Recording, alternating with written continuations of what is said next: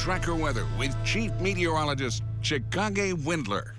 Liquid gold, finally. And luckily for us, not at the expense of severe weather. Instead, it was beneficial rain across all of our area. Today, we picked up 1/4 of an inch officially at Camp Mabry.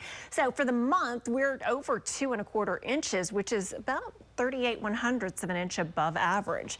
For the year, though, we are still 5+ inches below average, and there's not much time to make that up, given that we're nearing the end of the year. Here's a look at the rainfall totals. The areas that were missed by and large were out in portions of Mason County, and the majority of the rest of our area at least picked up 1/10 of an inch, with some outside spots picking up as much as an inch of rain. Currently, sun is setting shortly, and we've got clear skies in place. That's behind cold front number 1. Cold front number 2 is actually the stronger front, but it's also going to come through on a totally dry note. Currently outside at 75 degrees, our high temperature made it to 79, well above average. Currently at 72 in Llano, 73 in Johnson City, 72 degrees in Bastrop, and you probably are noticing there's a pretty good west wind. We saw some gusty winds behind the front, and also much lower humidity. So the severe weather threat continues in East Texas into Louisiana. This front's going to shift toward the east, and we're watching our next weather maker, which, as mentioned, for us is going to be a dry cold front. But what it will do is bring the potentially coolest air of the season thus far.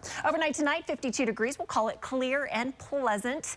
In the morning, jacket worthy in Mason at 48, 46 in Llano, 52 San Marcos, 49 degrees in Elgin. Through the day tomorrow, brilliant sunshine, gorgeous day. A little warm too, 82 degrees. The record is 87 from 1950. The next cold front, it comes through late, so let's go ahead and track it for you. High temperatures into the upper 70s and low 80s across the board.